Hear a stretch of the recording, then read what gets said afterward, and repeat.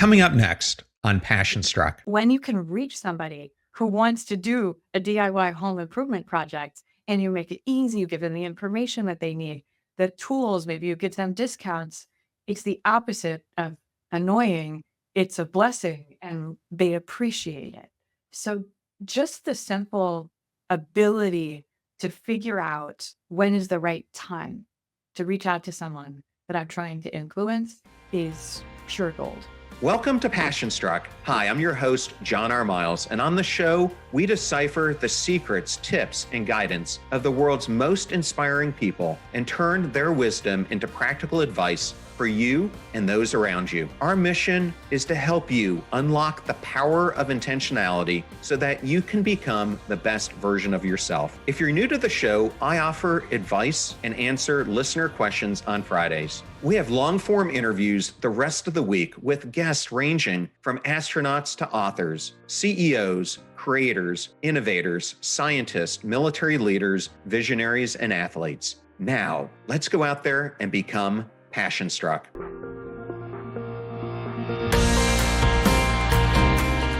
I am absolutely thrilled today to have Dr. Zoe Chance on Passion Struck. Welcome, Zoe. Thank you so much, John. Great to meet you. Zoe, when we first connected, you mentioned to me the Anagadori chicken, renowned for having the longest tail in the world.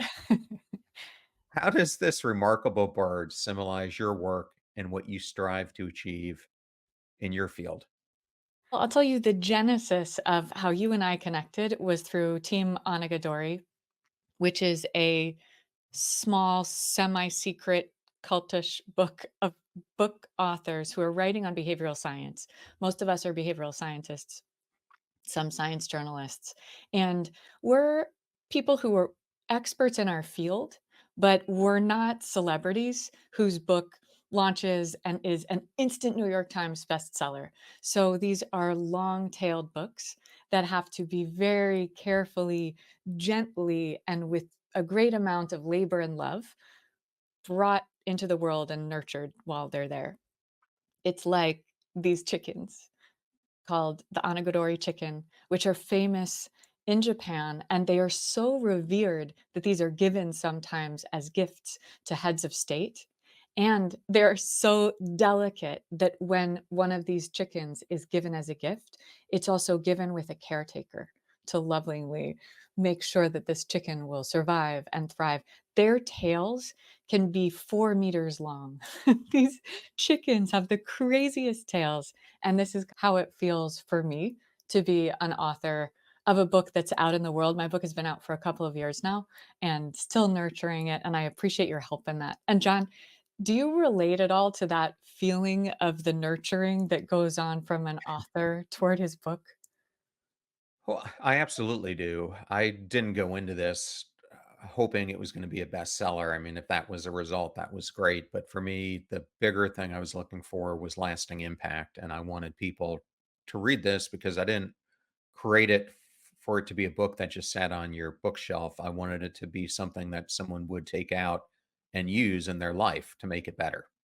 It's such a challenge for those of us who are writing in self-help or self-help adjacent categories to not be writing a shelf-help book, right? That, like you said, it sits on the shelf and looks pretty. When I was in the process of working on this book, it was really lonely, and a lot of authors are lonely. And I knew from experience and from research in behavioral science that social support is such a big help and motivation. So I started this author group before my book came out, just recruiting some of my friends who are also lonely, writing books so that we could help each other, advise each other, cry on each other's shoulders, cheer each other on, and pick us up when we fell down. I love the group. I am not going to give out the names, but I will say that I've had a large number of them on this podcast because what I'm trying to do here is I think there are a lot of podcasts and books out there that try to do self help and they sugarcoat it. And to me, what I'm really trying to do is give episodes that showcase someone who's applying these things in their life. But I'm also trying to give listeners the actual science so they know how to apply it in their life. And I was talking to David Yaden. I'm not sure if you know who David is, but he's a Wharton doctor graduate, but in neuroscience. And he's now studying really awe and our subconscious at Johns Hopkins. But we were exploring this, and I was doing a lot of research on neuroscience. And he said, John, neuroscience is great, but it doesn't get you very quick results. If you want someone to change their life, behavior science is a much better lens to go really deep on because it can have lasting change and do it in a much quicker manner. So I love that you all are putting so many incredible books that give that guidance to listeners of this podcast and readers worldwide. So thank you for doing that. And John, thank you for being our partner and helping so many of us share our work with the world. We're all on the same page along with you in having the purpose of our book be about the impact that we hope that it can have. So thank you. Zoe, switching gears, you teach a course that is one of the most popular. And I know for me that there have been teachers in my life that have changed my life for the better. Some have challenged me to think about how I could become a better version of myself. Some have challenged me to dig deeper in myself, to overcome challenges I was when I was taking math or engineering courses. Some have disappointed me. Is there a teacher who changed your life for the better or even for Mm. the worse? Thank you. I've been really lucky to have a lot of them. And the first teacher of actually, no, my third grade teacher was amazing too. But one of my first teachers who made a huge impact on my life was my Taekwondo teacher during high school. And his name is Jeff Arch. He was my mentor, and he taught me resilience. He taught me humility. He taught me to do things that are hard and keep doing them because they're hard and come back. And he also was there for me in so many ways like a dad. He was like my Mr. Miyagi. And if you've seen the movie Karate Kid, you know who that is. So Jeff was outside of his Taekwondo teaching, he was a writer and he was writing a screenplay. And I remember when he went to a workshop with Tony Robbins, this was at Tony Robbins' house, and he was in this workshop of 12 people, and he comes back to us and he's written this screenplay so fast. He has it printed out and he throws it down on the table and he puts his fist down and he says, "This is $1 million screenplay right there." And I was like, "Oh gosh, that who are you, Jeff? Like, you're a Taekwondo teacher. You're not some Hollywood screenwriter. And how could you even be dreaming that big?" And I'm ashamed that I saw him as too small to have this dream of making it as a Hollywood screenwriter. The screenplay was Sleepless in Seattle, and he was nominated for an Oscar for it. Oh my gosh. And he was right. And after seeing how he had dreams that were bigger than in some ways he deserved to have, I really have wanted to be someone who doesn't sell myself or anyone else short in what I believe can be accomplished. I love that answer. Thank you so much for that perspective. And speaking of selling yourself short, um, John, I- can I just ask you about a teacher? You said you've had teachers with good impact, maybe not so much. I just wanted to hear one. the good or the bad? Either way, whatever strikes your I'll tell you one that was bad. I had in high school this English teacher who was beloved by all my classmates, and she had one of everyone's most favorite classes. She made English fun, and I remember I was preparing to get out all my applications to go to college and everything else. And I was trying to decide where I wanted to take my life. I met with her to do a mentoring conversation, and it went in a completely different way than I had ever imagined. She basically told me that my life would never amount to anything, that I'm good at faking my life, but I would not be able to build my life on the basis of what she saw in me. And it actually really caused me not to take the traditional path that I probably would have gone down to go University of Michigan, Duke, or Brown. But instead, I accepted an appointment to the Naval Academy, and I think it was one of the driving forces because I wanted to challenge myself more and step out of comfort into putting myself into the perils of having to be uncomfortable to reach what I wanted in life. So that was an interesting counterintuitive advice I got, but I think it ended up being pretty profound because I guess it sparked in me a desire to make her wrong It's or prove her. incredible how you managed to spin a silver lining out of that. As a teacher, I'm appalled that she would give you that feedback no matter who you were as a kid. And also, you got into the freaking Naval Academy. You were clearly doing really well. It's not like you were some slacker who hadn't figured out your life at all yet. So good job. And I want to smack her. Getting back to what you were just saying, one of the things that I love about behavior scientists is when I find one who had a career before they actually got into it. And another person comes to mind is Angela Duckworth, who for a period of time was doing consulting. She was a teacher, etc. Another one is Annie Duke, professional poker player. And what I like about it is that practical real life experience, I think, is so vital because it's been vital in how I interpret behavior science. You spent a portion of your career managing a $200 million segment of the Barbie brand. How did that, I guess, aspect of your career spark your initial interest in the science of influence, which is what you're known for? And how did that journey begin for you? Well, John, I got interested in influence, the study of it during that period of my life where somebody gave me Bob Cialdini's book, Influence, and I was getting curious about doing this kind of work at the same time that I was realizing how much I sucked at actual influence. So we had the number one girls brand in the world. It still is.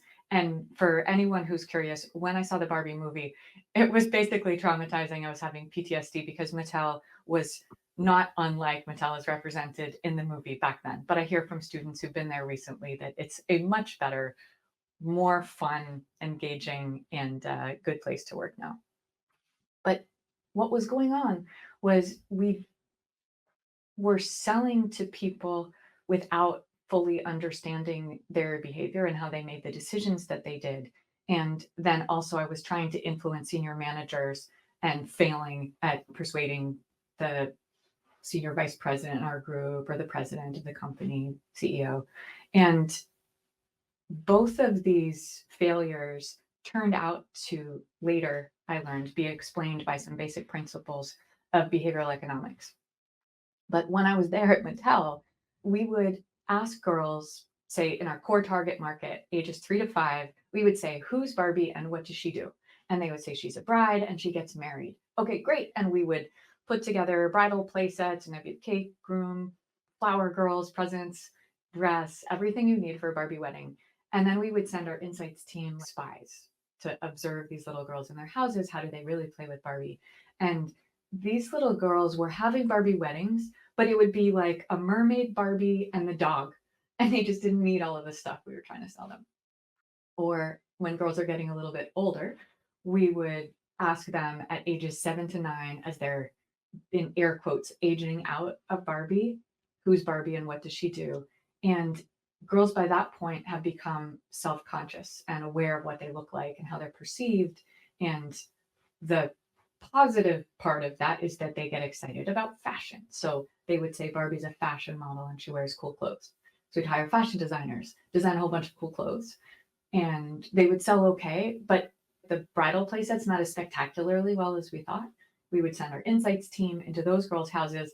And what we would find is that this was, if you've seen the Barbie movie, weird Barbie stage, where Barbie not only is not wearing any clothes at all, but she's lucky if she has hair or even a head. They're torturing her. And girls weren't playing with Barbie the way that they said that they wanted to play with Barbie. And that's just an example of my curiosity, wanting to understand how is it that we can understand predict, and influence people's decisions and behavior, ultimately to try to be helpful. I also just learned about myself that I just don't care about selling things. And I used to be a teacher and I came back to teaching after that.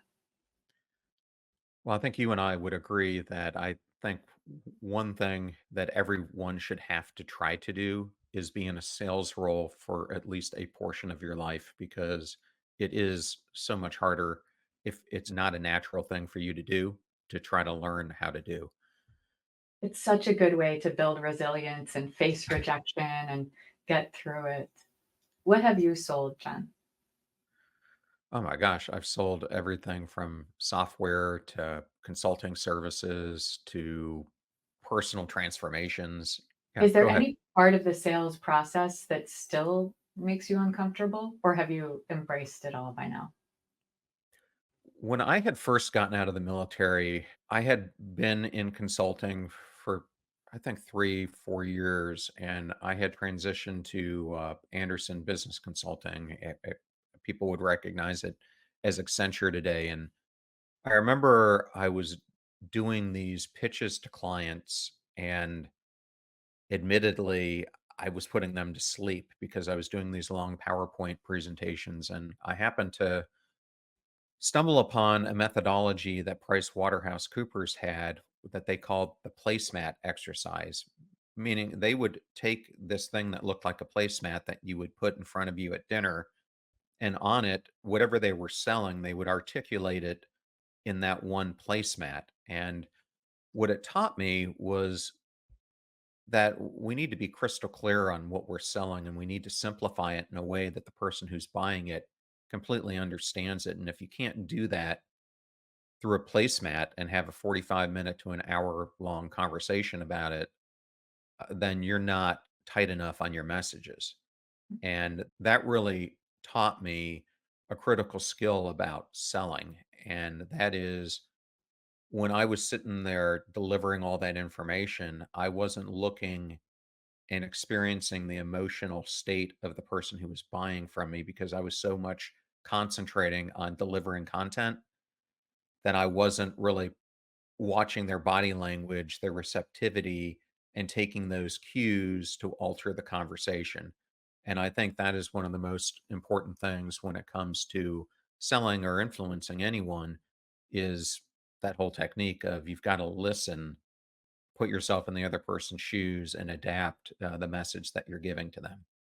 It's so important and helpful and great skill to build. I just happened to be yesterday at a research seminar at Yale where one of my colleagues was presenting his research on using AI to evaluate people who were interviewing for sales positions and who evaluate who's going to be successful on the dimensions that humans were also judging them as successful.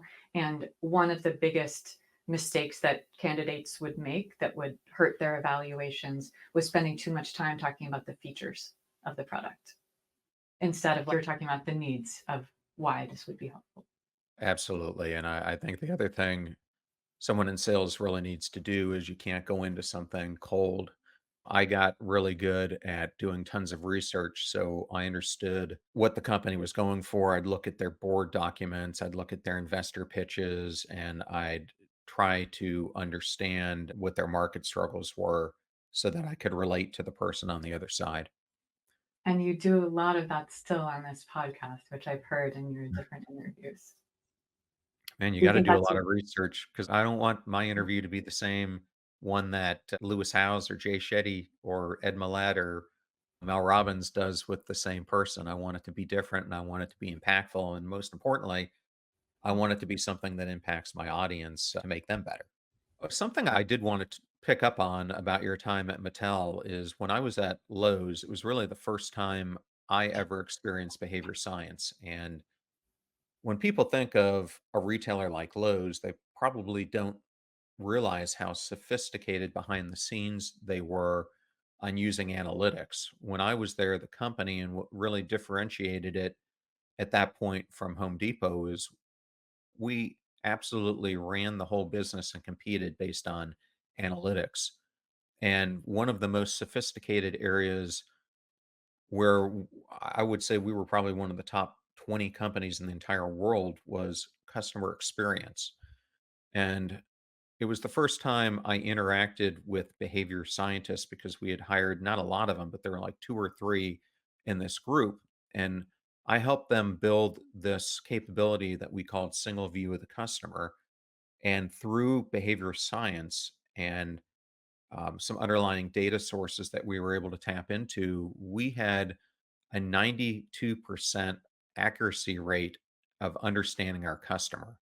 And because they had that, they knew if the customer was living in their primary location, a secondary home, if they were on vacation. But more importantly, by observing their behavior, we could determine when a person was going to start a home improvement project, which was the holy grail. And then the behavior science experts were then able to target them with messages and workflows that would get them into the process and to stay loyal to Lowe's. And it was one of the most impressive things I had ever experienced up to that point in my career. It's really amazing and to me a little bit scary sometimes how much organizations can learn about us through connecting different unrelatedly, seemingly unrelated pieces of data. When you say a 92% rate of understanding the customer, do you mean recognizing them or predicting what they will do? Well, the first step was to even recognize them, was to match so that we knew exactly who they were, what their address was, what store they shopped at, their living patterns, their credit cards that were tied to them, all of that. And then based on that, you could then follow them. So we used, I mean, it must be even so much more sophisticated now with AI, but we would follow our customers to learn for cues of what would amount to a larger share of their wallet. And when we would get those cues, the team would get alerted, and then we would use that to then drive. At this point, instead of collecting information, we would then insert information to them, whether that was a mailer, an email, a store associate. We were getting so good that when they would walk into the store, if they were what we would consider a premier customer, we could even trigger someone in the store to go approach them to recognize them and thank them for shopping or something else, just to make what we were trying to do, we called was a total closed loop experience. So, regardless if you were shopping in the store, calling the call center, work, working through the web, however you were interfacing us, that we knew who you were and you felt like it was customized to you, That's which is, fascinating. yeah, it's really the holy grail of retail. And John, this brings up one of the topics that I was teaching in my Yale class this week, actually, which is the principle of moments of truth and how if you reach someone at the right time, this is the secret to not being annoying.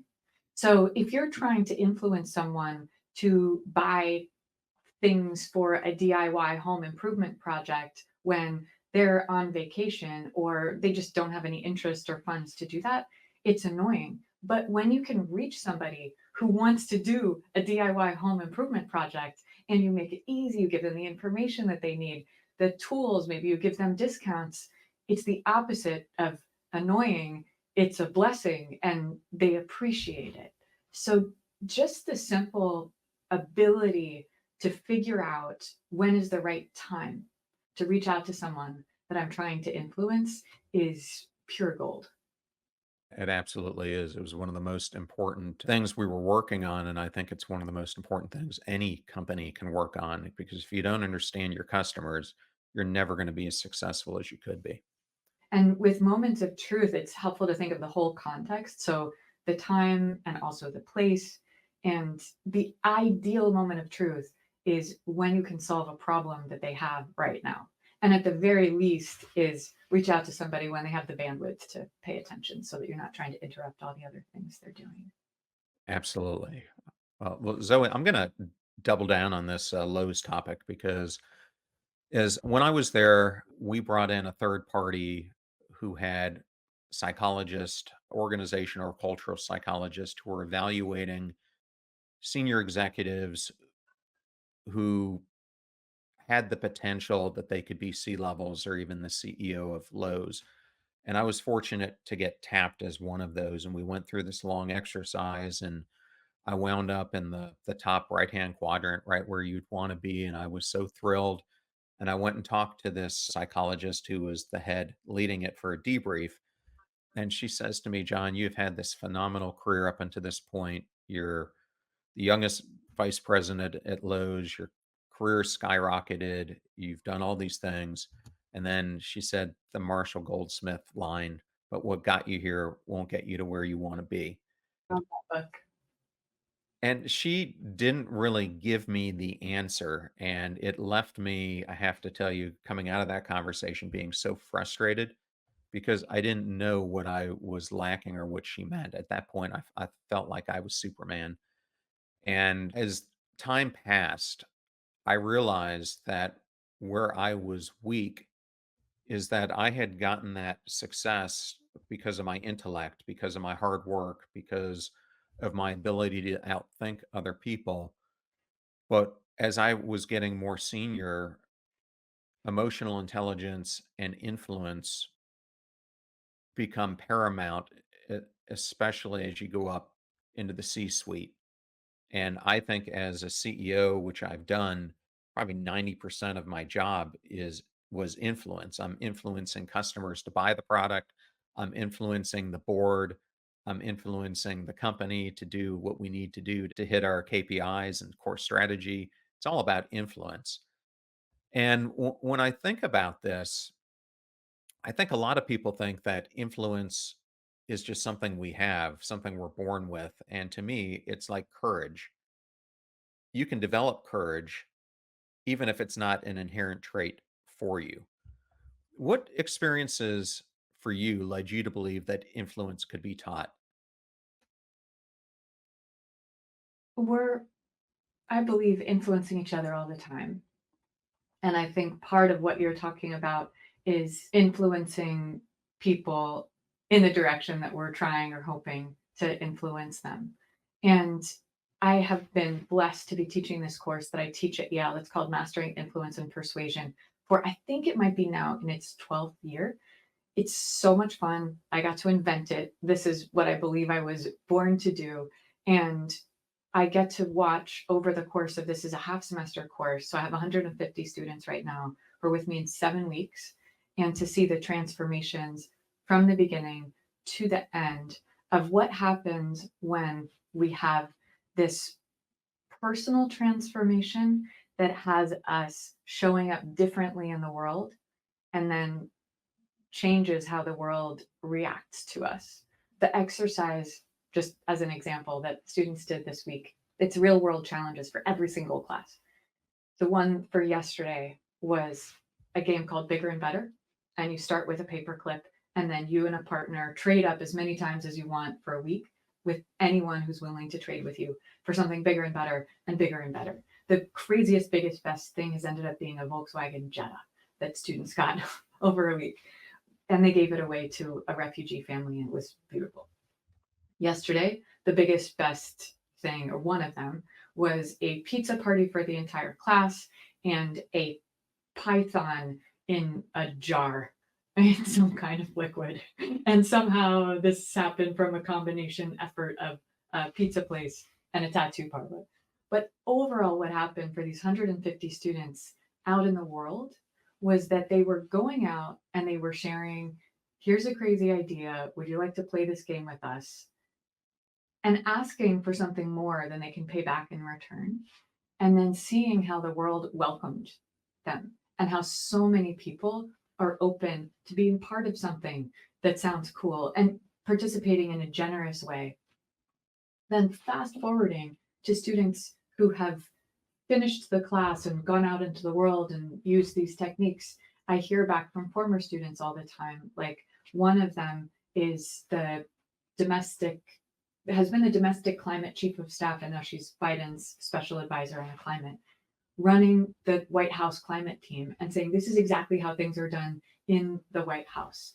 Another former student ended up changing the course of history in Tunisia, where he works, and influencing the democratic process there through all of these skills that he learned in the class. There's so many students who launch startups, nonprofits, and have better relationships that they tell me about. So this is, I guess that wasn't, how did I figure out that this could be taught? That was probably my own personal experience that I wanted to share and teach to other people. So I get it reinforced through this class every year. Well, those were some great examples of how important it is. And just for anyone who's listening, the red paperclip story is something that I covered on this podcast not too long ago, episode 471, Kyle McDonald story.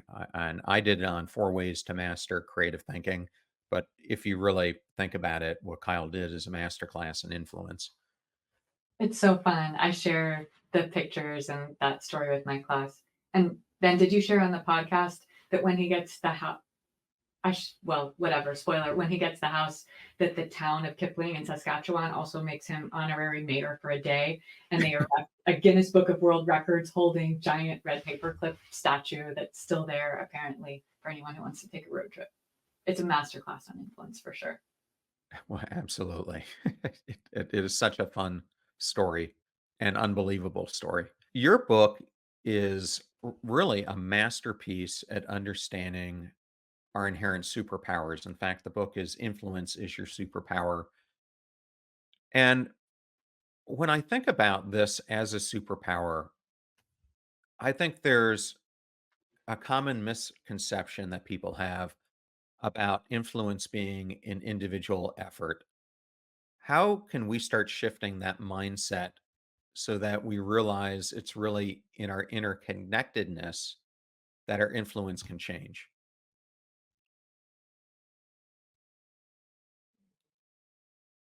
If you're a nice person who doesn't think it would be good to study and practice the dark arts of interpersonal influence, I totally understand and I don't blame you.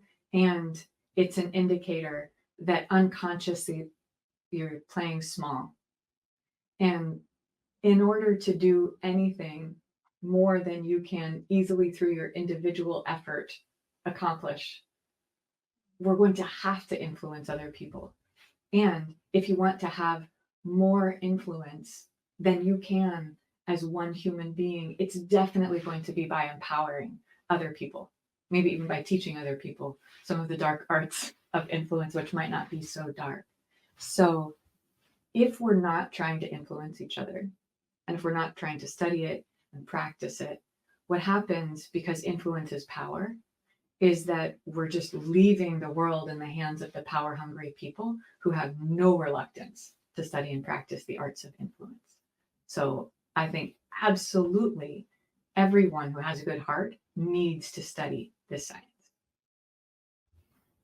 As I was studying for this and I was listening to some of the other podcasts you've been on, one of the things that you said during one of them really stood out to me. And um, I remember myself being in so many meetings throughout my career where, as I look back now, oftentimes if I didn't think that I was an expert in the area or that it was my area that I was trying to influence, I would sit back and let the discussion play out.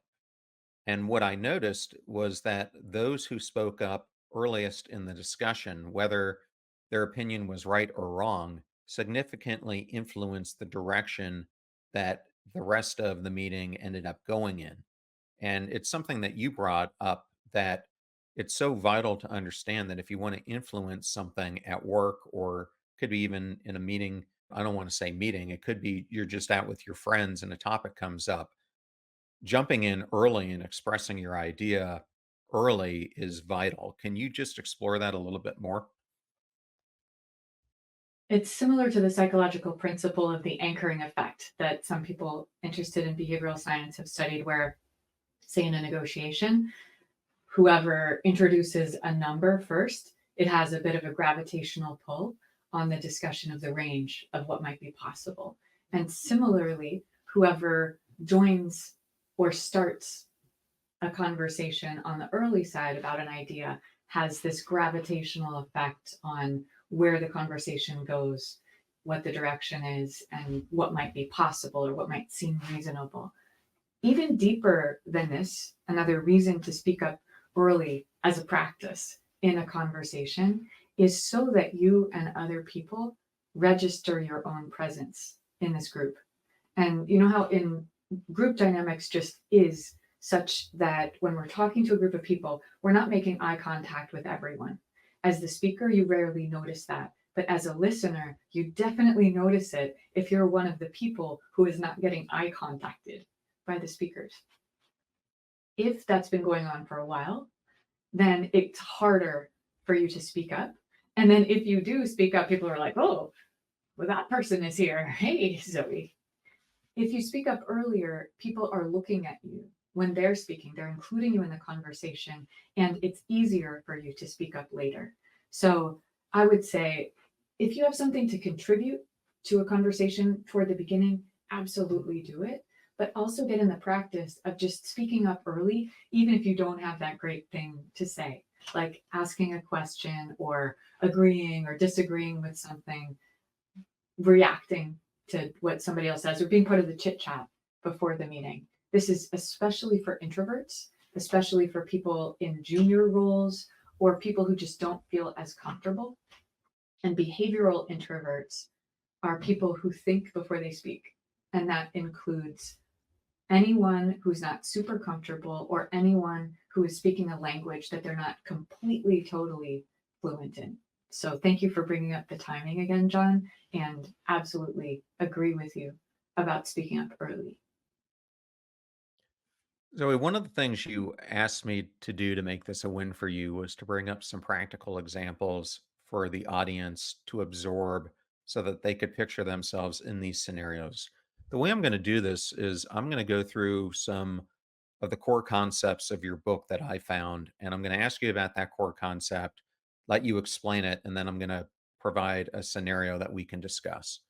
One of the fascinating ideas in the book is that by making it okay for someone to say no, they're more likely to want to say yes.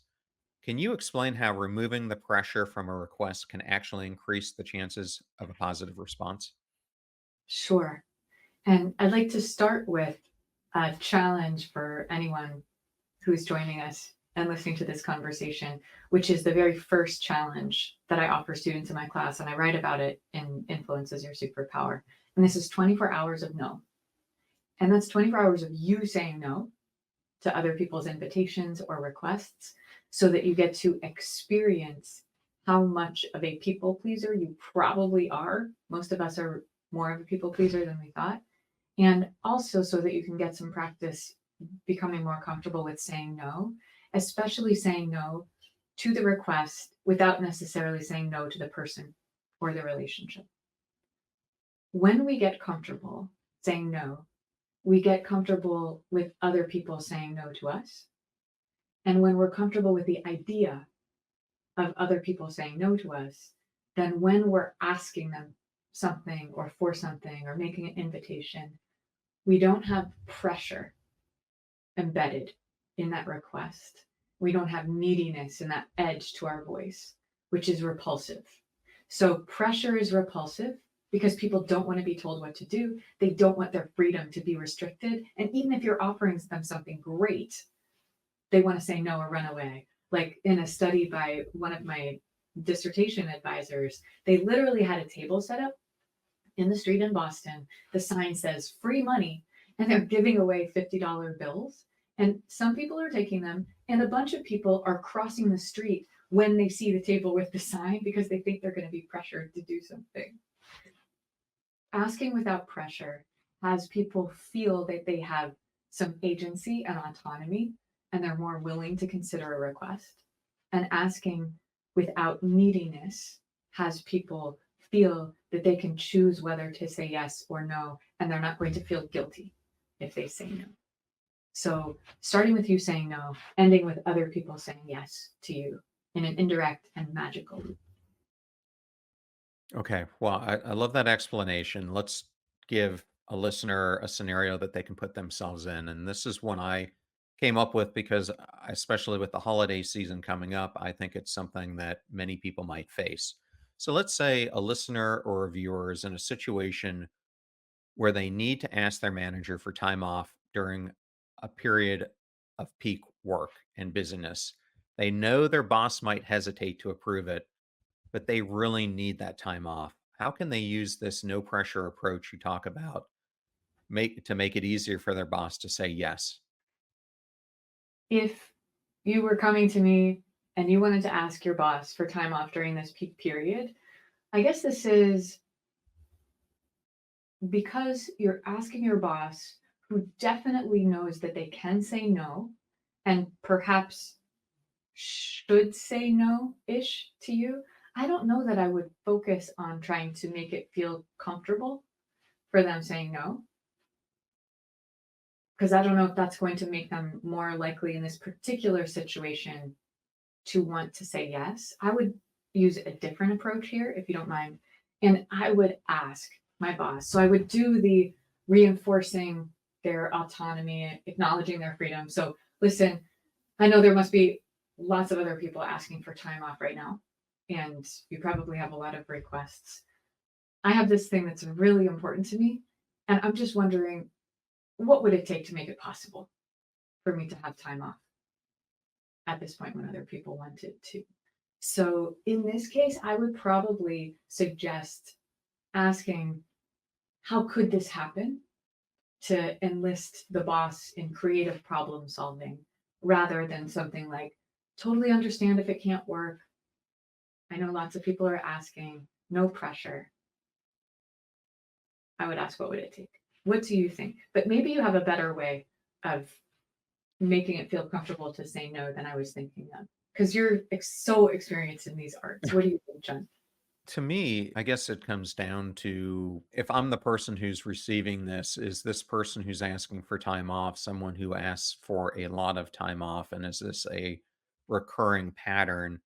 Or is this someone who's one of my star employees who never takes time off, who all of a sudden needs it? And even though I need them during this busy time, it's probably better to reward them for it, to thank them for all the contributions that they've given, even if it's going to cost us some short-term headaches trying to figure out how to get through it. So I would, if they're that person, put themselves in the boss's shoes.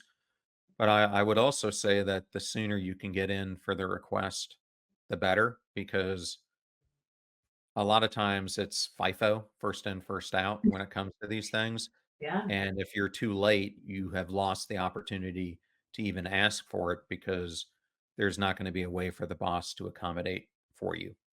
Yeah. And it will count more and more the later you get what your reason is. And if you Yeah, get to ask early, you don't need to have this most monumental reason behind it. correct. So, Zoe, in your book, you explain that influence doesn't work the way that most of us think because we don't think the way we think. And you break down two different concepts. You have a system one way of thinking and a system two way of thinking. And I was hoping you could go into what these two different ways of thinking are and why understanding them is essential to becoming more influential.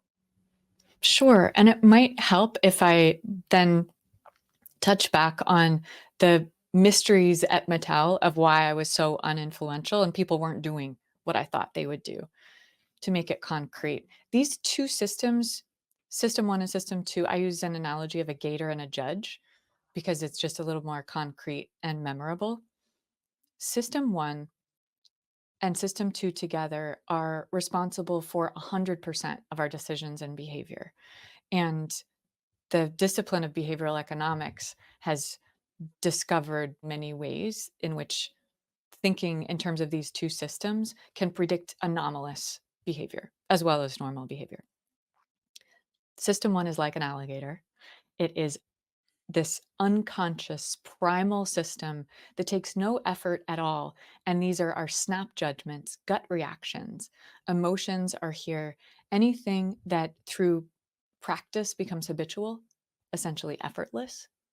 And this is our dominant mode guiding our decisions and behavior. Because we're not conscious of it, we just don't notice that this is happening. But this system is relatively effortless. The other system too is like a judge, where it's like a human judge carefully weighing evidence, pro and con, and second guessing the first response of the gator. However, this system takes a lot of mental bandwidth. It's our conscious attention. We can only focus on one case at a time. And so we're not using this taxing system if we don't need to.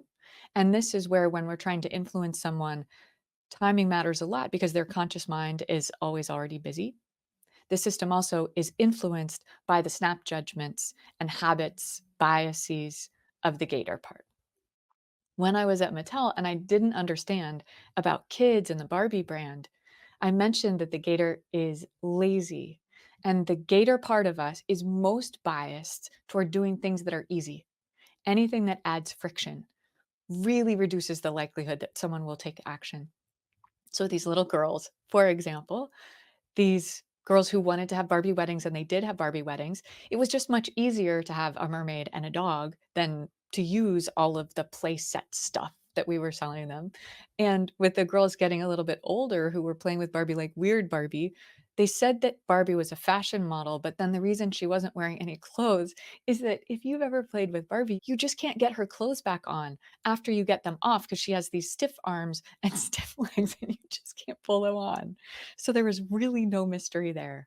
And then when I was failing to persuade senior leadership at Mattel about my great ideas and new product lines, it was that I was jumping to try to persuade the judge part with all of these facts and figures, careful analysis, and evidence before going through the gatekeeper of the gator and having them be interested in my great idea in the first place. So people won't be persuaded by information very often at all, and they won't even pay attention to the information until they're already interested.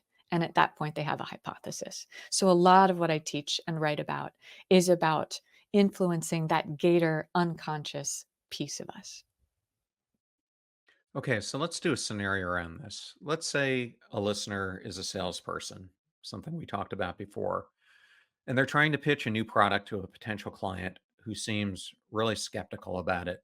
Instead of relying solely on facts and data, how can they use what you just taught about System One thinking to appeal to the client's gut reactions and make their pitch more compelling?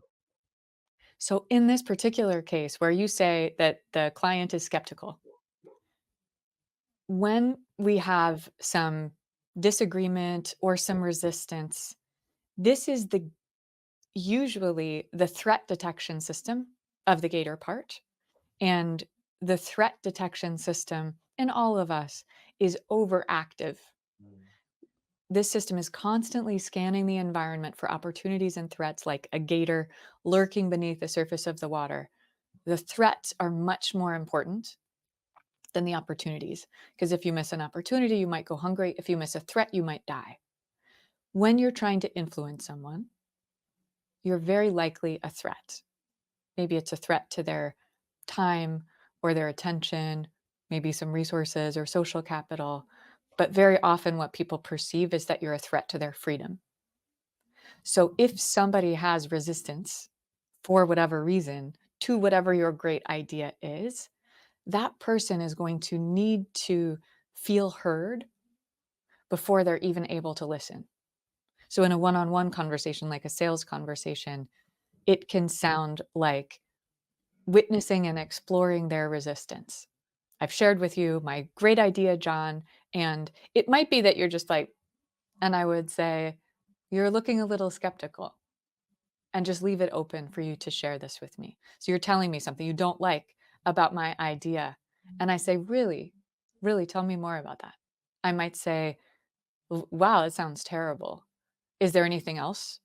Is there anything else that makes you want to think twice or 20 times about the idea of doing this together before we were to collaborate? So if I let you get out all of the objections, concerns, resistance that you might have, at that point, when you know that I've heard you and I've understood and I really get you, and I'm not just blithely marching ahead telling you my product features, like I really get what you don't like or what your concerns are, then you will be able to listen, if I say something like,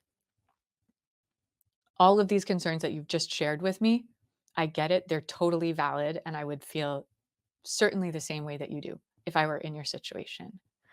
I believe, though, that there's something that that I haven't shared with you yet that is going to make you excited about this possibility. It might still not be something that you're interested in, but would you like to hear this one piece that you don't know yet? Just as an example. So if I offer to share with you something that now that I know you, I think that you might, in fact, with more information, feel differently.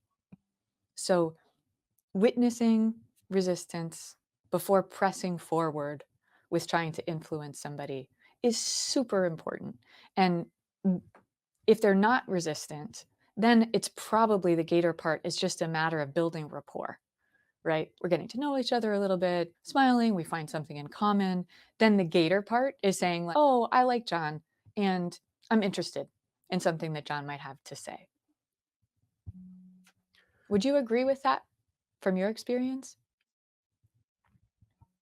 I guess I would. Again, it comes all the way back to my time when I was at Anderson and thinking about the buyer and being in their shoes, because most of them, especially if they didn't know you, because where I was doing this was in Houston. What I found about Houston is they were great at giving you initial meetings, but they wouldn't buy from you unless they knew you. So they were inherently skeptical. So you had to Mhm. break through that skepticism and earn their trust before they were going to do anything with you. Absolutely. Would it be helpful if I shared a relevant strategy for influencing groups when you anticipate some resistance? I think that would be a great one. Can I give you a scenario? Oh, sure. Great. Let's say a listener is leading a team and they want to encourage their colleagues to adopt a new workflow or tool.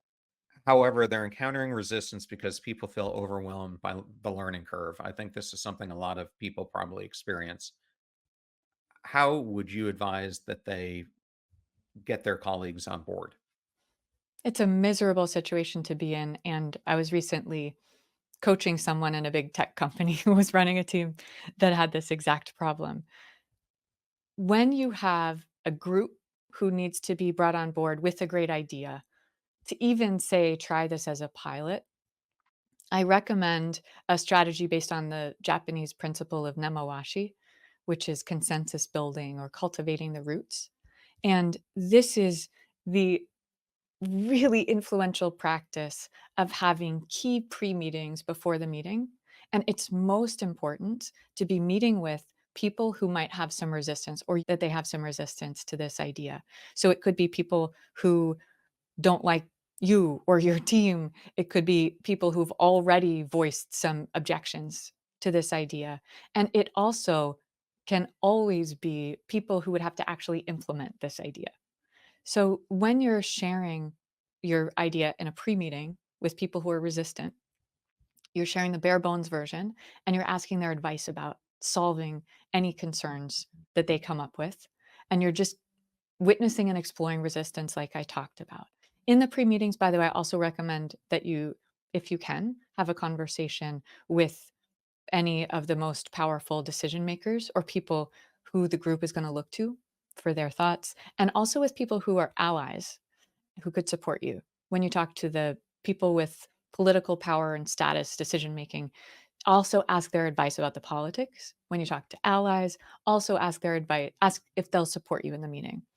When you then share your idea in the meeting, the people who had all of these concerns have already shared them with you. So they're not needing to be one of those first few people to speak in the meeting and get the concern out there because you get to be the person to share it.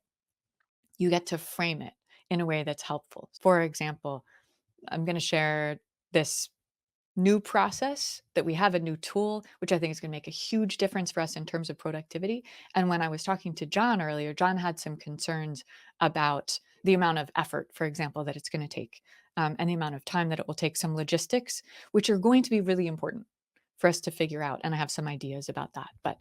And when I'm sharing this and I'm voicing John's concern, then typically John in this meeting is nodding, which looks like agreement, which might be like, yes, I agree with how bad this idea is. But I brought John on to be a collaborative member of the team. And also, when you had pre meetings with these people, you shared the bare bones idea to leave some low hanging fruit so that other people can be contributing their thoughts that you will take action on if they're helpful. So your whole idea is better. And then you now have this collaborative team where all of these people have contributed to it. So handling resistance in a group is pre-meeting with individuals and hearing the resistance so that it doesn't get aired so much in that big group. Well, Zoe, it was such an enjoyable conversation today. Can you give the listeners a central place that they can go if they want to learn more about your work and purchase your book? Sure. My book is available in 28 languages and most places you can buy books. So I told you Gator is really lazy. The easiest thing that you can do is go to Amazon, find Influence Is Your Superpower, and you can find me, connect with me, and more information at zoechance.com. Thank you so much for this conversation, John, and for the interesting topics that you brought. And I appreciate the work and the preparation that you had to do in order to bring these concrete examples and tie it to my work. And I'm just delighted and charmed to meet you. So thank you. Thank you so much. It was my honor to have you on.